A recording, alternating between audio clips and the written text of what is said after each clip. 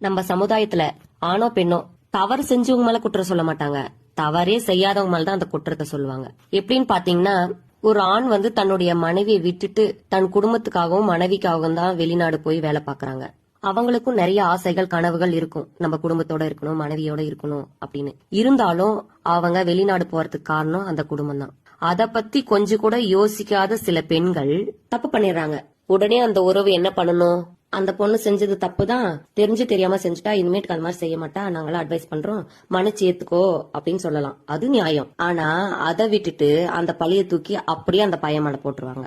உன் மேலதான் தப்பு, அந்த பொண்ணு நல்ல பொண்ணுதான், அவன் விட்டுட்டு வெளிநாடு போயிட்டான், அதனாலதான் தெரிஞ்சு தெரியாம அந்த தப்பு செஞ்சுட்டாங்க, நாட்டுல யாரும் செய்யாத தப்பா அப்படின்னு சொல்லுவாங்க.